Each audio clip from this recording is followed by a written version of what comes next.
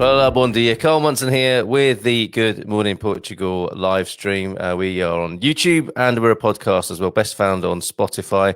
And what we've been doing over the last few weeks is looking at the effects of the coronavirus, COVID-19, as it seems to be universally referred to now, no longer the coronavirus, but COVID-19 and the effect it's having. Hence our switching or our slow transition to becoming more of a homesteader resource and movement as we deal with the impact of what's the inevitable impact, I think, of coronavirus COVID-19 on our lives. Currently in lockdown and chatting to each other on this slot each morning. So good morning to you. It's great to have a live guest with me later on, Alyson Sheldrake, who's written a wonderful book, Living the Dream in the Algarve. So we're hoping to find out more about Alyson and husband Dave's adventure. And maybe talk to her about coriander as well. I'm not sure, that may come into the conversation too. But first, let's look at those facts and figures about what is going on in the world. Actually, I should just a quick birthday greeting to Mike Grenville. I used the word transition there. He is a vital part of the transition movement in the UK, and was seen celebrating his 70th birthday this morning, cycling naked through Frome in Somerset, or is it Frome? But anyway, happy birthday, good morning to you, Mike Grenville.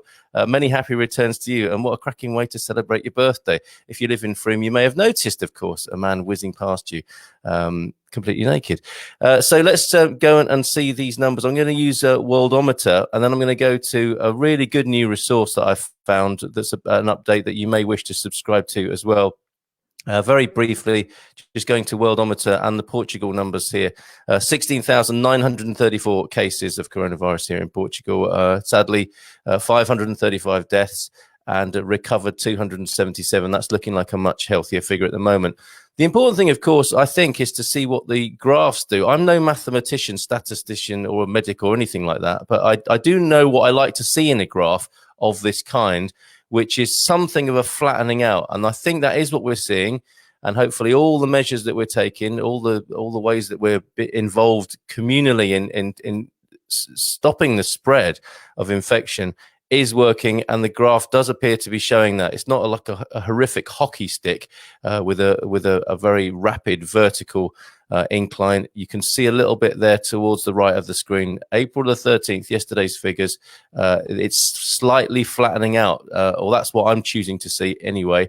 And you can see there daily cases, that figure's down as well. So hopefully all that we're doing, fingers crossed, is helping with this situation, and we can continue to see the graph flattening out and heading that way, horizontal rather than vertical. Good morning from Oriane. Good morning to you, Oriane. Good morning, Eloise, who's joined us as well. Lovely to hear your story and your homesteading adventure beginning in Penella. A little bit of crosstalk across the community. Loving seeing that. Bon dia from Steve.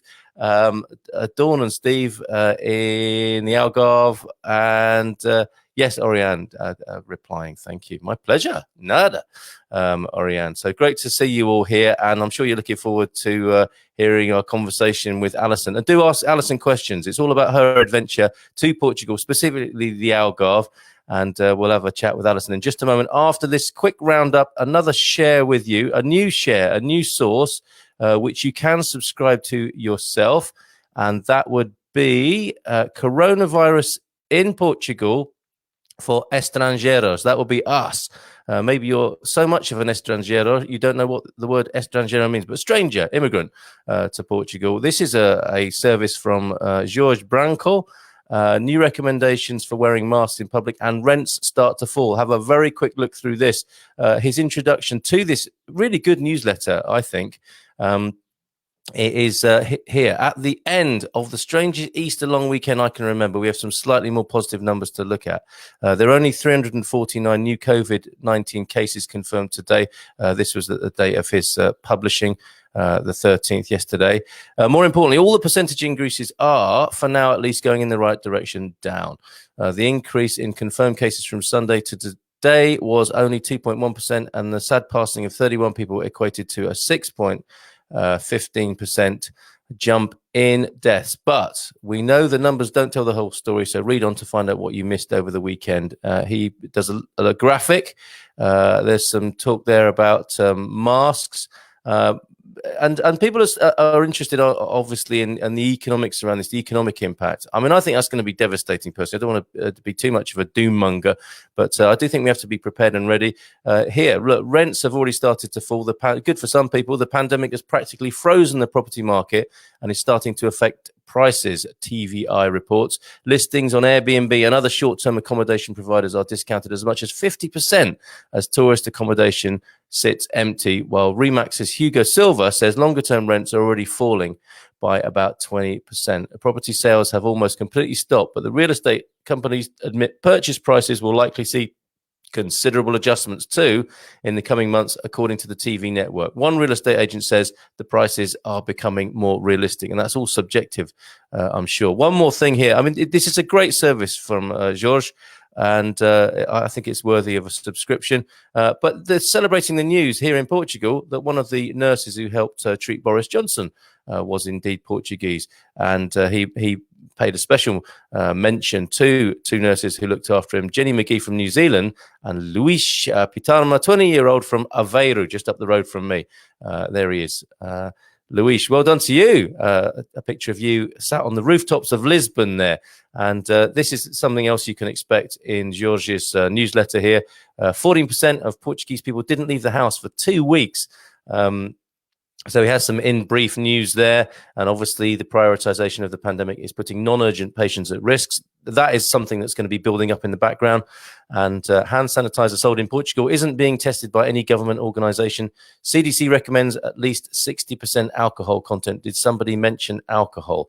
And on a lighter note to finish here, if you feel like watching something a little more classy than Tiger King, get you, George. Not a fan, but I suppose it's all about balance and contrast, isn't it? Then this is for you. Portugal's National Ballet Company is now streaming. This is a treat. Portugal's National Ballet Company is now streaming a new performance every week. This week, you can catch A Perna Esquerda de Tchaikovsky, which is Tchaikovsky's left leg. So put on your fanciest clothes, crack a bottle of espumante, and feel the magic. It's in Portuguese, but the music and dancing are obviously beautiful and speaking the international language, aren't they, of music and dancing there. So that's a really nice offer from the Portugal National Ballet Company, brought to us by this newsletter put together by Jorge Branco, which you can subscribe to at jorgebranco.substack.com. Thank you very much, George, for that. So let us move now after a few more hellos. Good morning, Carl. Thanks for this program. Very informative for us all. Well, I aim to be that way and hopefully lighthearted and fun too, as we'll find out in just a moment with Alyson. Also, bon dia, perfect day for planting out our aubergines. It's not every day you hear that, is it? And I would agree. And I don't know that unless that's a euphemism, because there is a wink emoji at the end of that. But perfect day for planting out aubergines from Lilu. Good morning to you. And Stephanie Bennett. Bon dia and good morning. Bon dia and good morning to you. Igualmente, Stephanie Bennett. Sounds like I speak good Portuguese. I really don't. And here's Alyson now, everybody. Good morning to you, Alyson. Good morning, Carl. How are you? Oh, well, yeah. And you? Tudo bem? Yes, tudo bem. Obrigada. Excellent. That's a good start, isn't it? Is that the limit of your Portuguese? It is pretty much the limit of mine. No, I'm not too bad now. I'm getting better. But it's we're surrounded by Portuguese neighbours here, and most of them don't speak any English. So over the last sort of 18 months of living in Algarve, I've definitely got a bit better. But I still get floored completely sometimes. So there'll be a word in a sentence, and I just will miss it completely. And then you've lost it. It's a speed as well, isn't it? Because I think I'm doing quite well in a conversation, and then I'll face a volley of fast Portuguese, and I'm in that position where I think, do I try and front this out and smile and nod, or do I just do my standard desculpa no para Portuguese and then shrink away quickly? It was funny because when we first moved out here, I learned a little bit quite quickly. And then you get to that point where the Portuguese person you're speaking to, they'll speak back to you in English. And my trick was always, I will reply back in Portuguese because I want to learn Portuguese. But then they think, oh, you speak Portuguese. And it's just voof. And trying to keep up with that was always really difficult. So it became a game. Did I actually finish the conversation still in Portuguese, or did we revert back to English at some point? But I went through that phase where I just go, desculpa, não compreendo. But then I kind of learned you just have to not do that. If you just keep letting the Portuguese happen, and try and keep up. Eventually you start picking up more words and usually you get the gist of it. But I learned things like mare or mare is a very important one, especially at the moment. Because you'll be chatting and smiling and saying, oh yes, all good, obrigada, then keeping them going. And then suddenly you'll hear the word mare and you think, somebody died, stop smiling. It's really important you change your manner because they're telling you something very sad. But if you miss that word, you carry on smiling to them and go, oh, tudo bem, and they just told you their uncle died. So it was that point where I thought I've got to get better. I have to learn more Portuguese because it's hard to communicate with the people you live with otherwise. So it's like, yeah, I'm getting better slowly. Excellent. That's really good advice actually there, because the thing is to keep smiling, isn't it? And at the moment, that's probably, as you pointed out there, not the best policy. Yeah, I tend to nod a bit more now, a bit more sagely and wisely, and keep them going. But it's okay. Ina Branch says, wow, love ballet, referring to our earliest offer there of the Portuguese Ballet Company. Definitely going to watch. Thank you. And good morning from South London, from Hannah. We're now talking to Alyson, and congratulations on publishing your book, because that is an achievement in its own right, and an adventure and a challenge. But it's a challenge within a challenge, isn't it? Because it's about your adventure and challenge moving to Portugal. So tell us more. What's the title of the book? And tell us all about it, Alyson. Okay, well, I guess it started when we actually bought a house here about 14, 15 years ago. And the plan was always to move permanently to Portugal. It took about 4 or 5 more years of still working in the UK, renting in the UK, but owning a house out here before we actually moved permanently. So we were desperately ready to move by the time we actually got out here. And initially I started writing a blog, mainly for friends and family, just to keep in touch and let them know how things were going. And the blog really grew very quickly. It became one of the most read blogs on the Algarve, which quite surprised us. But we wanted to make that blog quite professional, quite informative. And there were lots of funny stories that were more personal to us that didn't make it onto the blog, but I kind of kept a note of. And they started to grow. And I thought, actually, I've probably got half a book here already. If I sit down and play around with this and actually do it properly, there is probably a book in here somewhere. And so many people told us that we seem to have lots of funny stories and experiences that happen to us. I'm not sure if it's just me and Dave, my husband, or it happens to everyone, but we certainly have more than our fair share of fun things that happen. So it kind of came together quite naturally, really. And then all of a sudden, 80,000 words later, there was a book. So yeah, that's a real achievement. Congratulations on that. And congratulations for what looks like creating a happy life in Portugal as well. Propositioning builders, getting used to a slower pace of life, and managing bureaucracy. Which order do we address those in? Any order you like. It's builders. Yeah. You're going to have to read the book for that one, because I blush even now telling that story. But go on. My Portuguese at its absolute finest. Trust me. Okay, I think we get the picture. There's a real kind of connection, isn't there? I think between managing bureaucracy, which in another way is just like getting used to a new system, because I'm sure wherever you go there is the same sort of challenge, but it has a different flavour. And that goes hand in hand with living a new pace of life, doesn't it? I think it's training almost. What's your experience of that?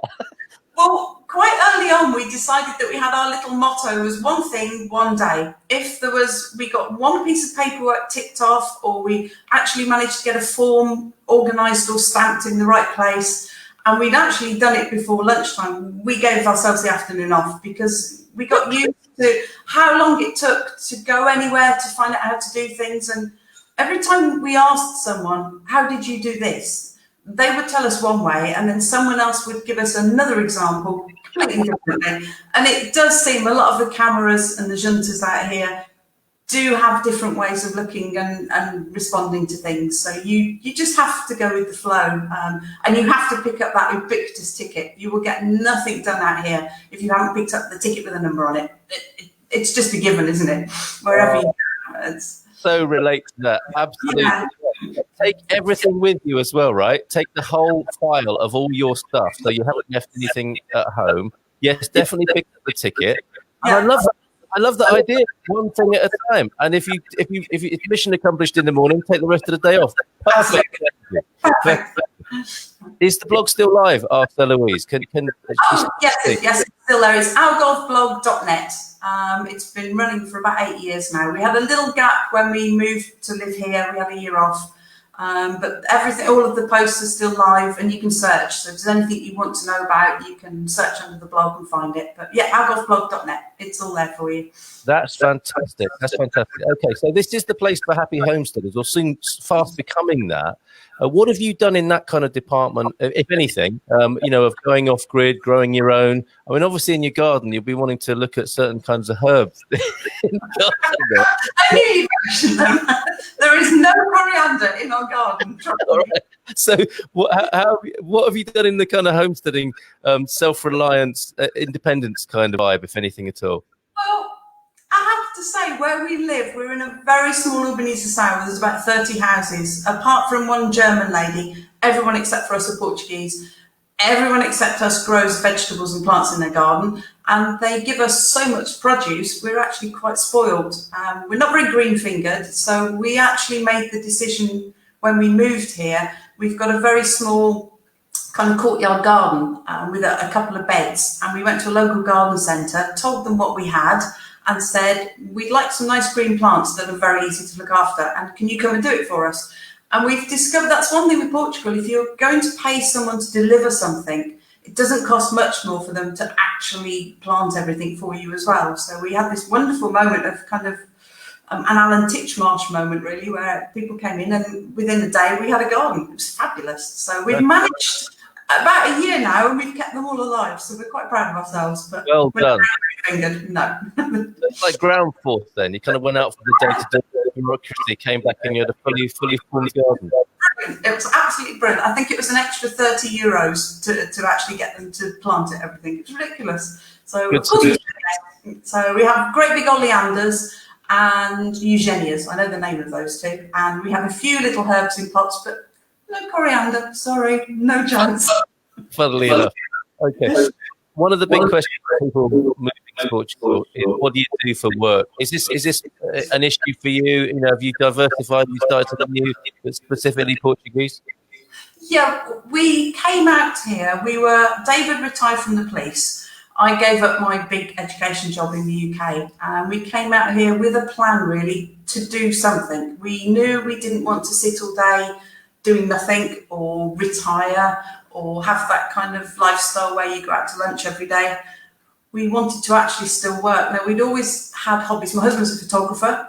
I'd always painted and done art, but they were just hobbies. So we came out initially and thought, let's give it a year. We'll create lots of things and then see what happens. Had no real plan beyond knowing we wanted to do something like that. But we were amazed within a year. We had really good support from the Holiday Inn at Armagh de Pera. I have to say a big thank you to Vicky Good, who's there and the marketing manager there. She was amazing because we posted up on Facebook and said, look, we've done all this painting. We've got lots of photographs. We want to run our own pop-up art gallery, but we don't know where to put it. We know we want to do our own work. And Vicky was amazing. She contacted us straight away and said, come and meet us. We've got a space at the hotel and we'd love to have your work on display. So that led to us setting up our very own pop-up art gallery. And we subsequently, in about the next 5 years, I think we ran about 10 pop-up galleries in total of our work.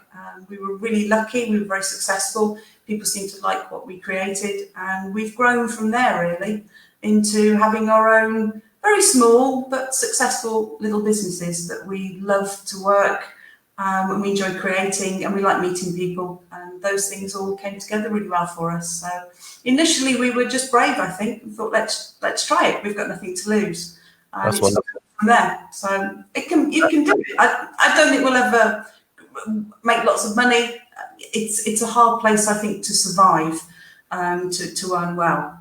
We knew that, but we wanted to still work, and we love it. We really enjoy what we do. So it's really lovely to hear. That's really, because I guess you've realised the lifelong ambition as well, haven't you? And made it happen, which must be very satisfying.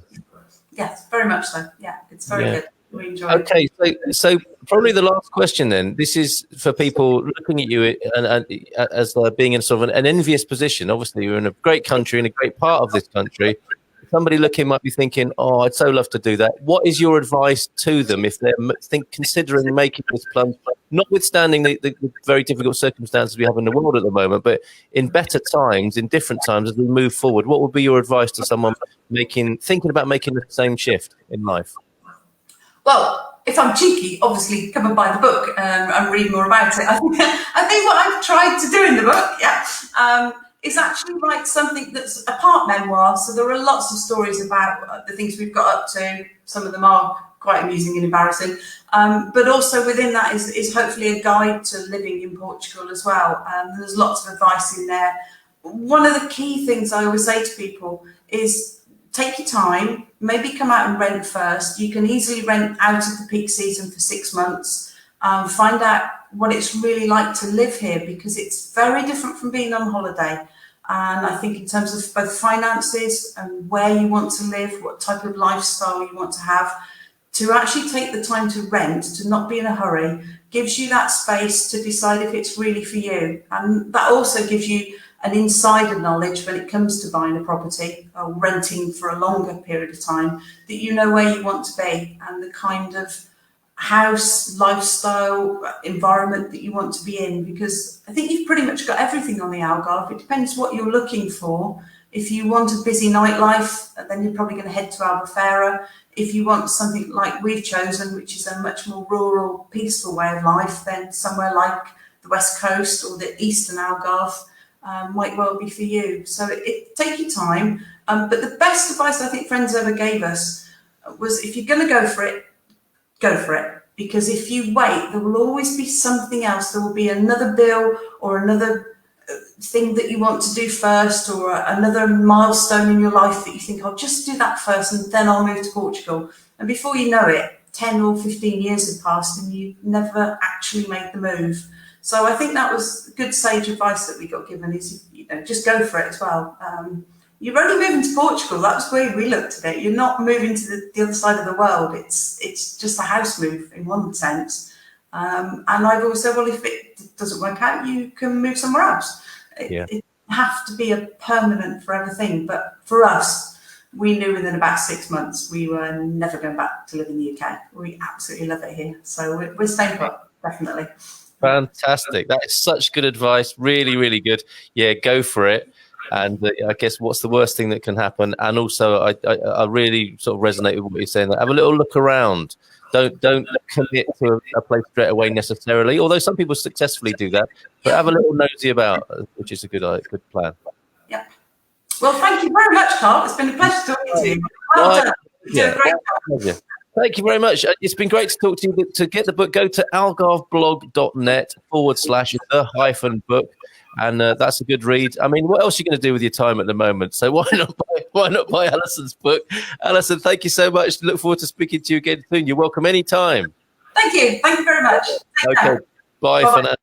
Bye for now. There's Alyson. And yeah, go to algarveblog.net/the-book. Going to sign off now on the Good Morning Portugal live stream. Just want to say you might be joining us tonight on a webinar that I'm going on, which I believe is 4:00. We'll go to Simply Great Media, or have a look on the Good Morning Portugal page on Facebook, where we were promoting this workshop that is for computer nerds and gardeners combined. So my friend Lenny in the UK, he runs a really brilliant educational project for some young people who've been marginalised from the educational system.